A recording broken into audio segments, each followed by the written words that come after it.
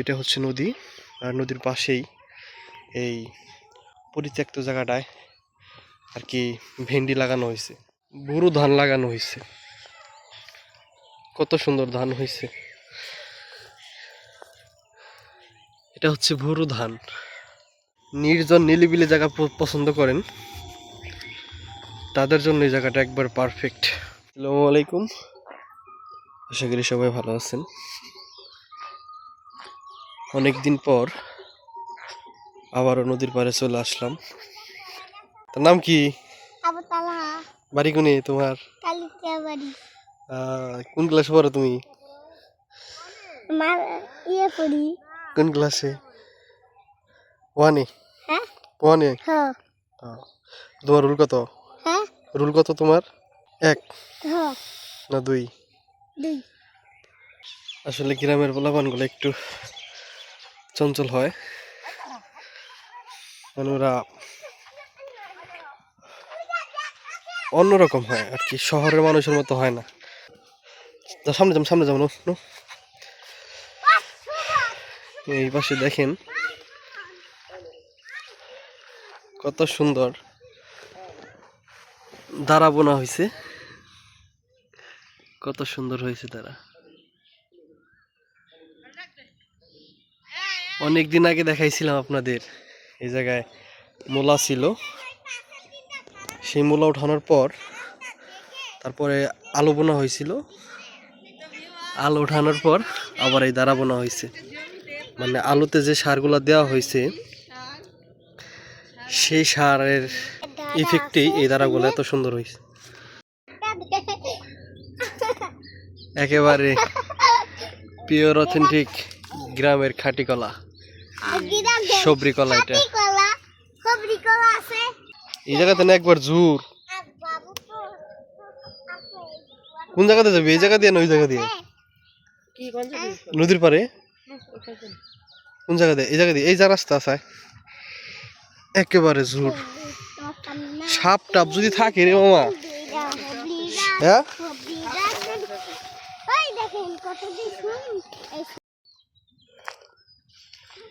এই পাশে দেখেন ভেন্ডি গাছ লাগানো হয়েছে,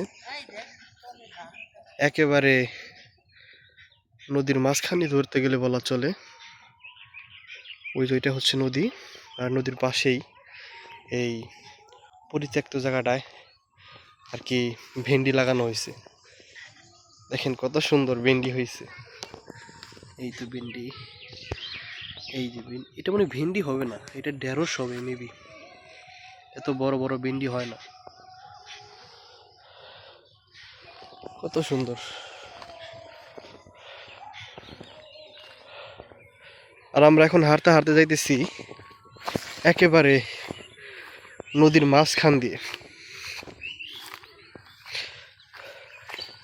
তাই ভাবলাম যেহেতু আজকে নদীর মাঝখান দিয়ে হাঁটবো, এই সুন্দর পরিবেশটা আপনাদের সাথেও শেয়ার করি।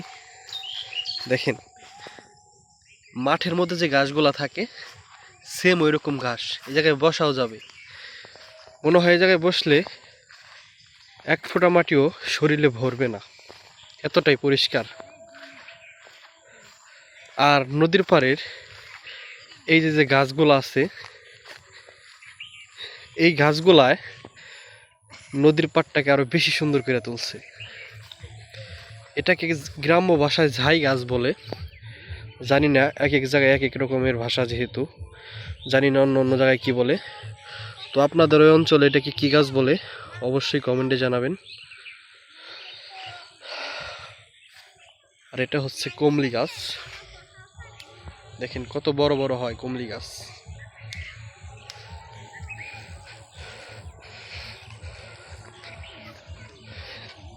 একেবারে মনে হচ্ছে গ্রিন ব্লেসের মাঝখান দিয়ে হাঁটতেছি। দেখেন আমার দুই পাশ দিয়ে এরকম সবুজ ঘাস এবং মাঝখানে আমি। আর এই দেখেন এই পাশে বোরো ধান লাগানো হয়েছে, কত সুন্দর ধান হয়েছে।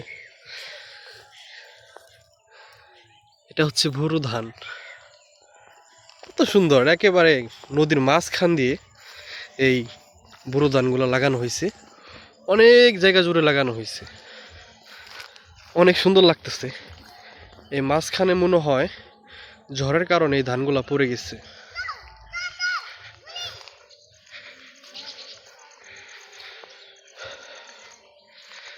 আমরা এমন এক জায়গাতে হাঁটতেছি,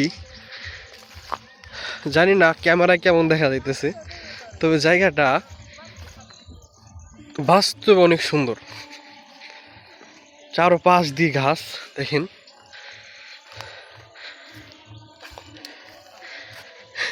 ওই দেখেন গ্রামের আমার যে মামা আছে,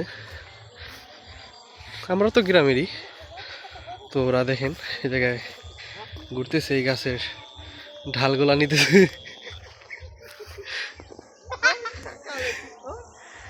কত সুন্দর।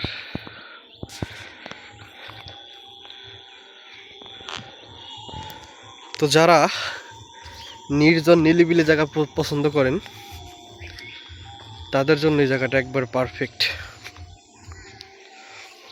দেখেন কত সুন্দর, পুরা নদী জুড়েই এই শুধুই গাছ, দুই পাশ দিয়ে শুধুই গাছ, আর এই গাছগুলো অনেক সুন্দর দেখা যাইতেছে।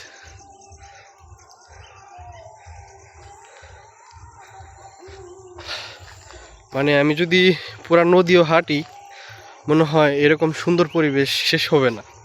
মানে নদীর মাঝখান দিয়ে আর কি মানুষের যাতায়াতের রাস্তা, প্রায় 2 কিলোমিটার এরকম আর কি যাতায়াতের রাস্তা। তারপরে হচ্ছে রাস্তা আছে আর কি, ওই জায়গাতে গাড়ি চলতেছে, বাইক চলতেছে।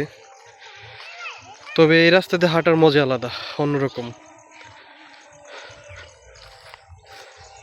তো যাই হোক, আর হাঁটবো না। তো ভিডিওটি আপনাদের কাছে কেমন লাগছে অবশ্যই কমেন্টে জানাবেন। আর এরকম পরিবেশ যদি আপনাদের ভালো লাগে, এটা কমেন্টে জানাবেন। তো আজকের ভিডিওটা এই জায়গায় এন্ড করতেছি। তো দেখা হচ্ছে নতুন কোনো ভিডিওতে। তো সেই পর্যন্ত সবাই ভালো থাকুন, সুস্থ থাকুন। আল্লাহ হাফিজ।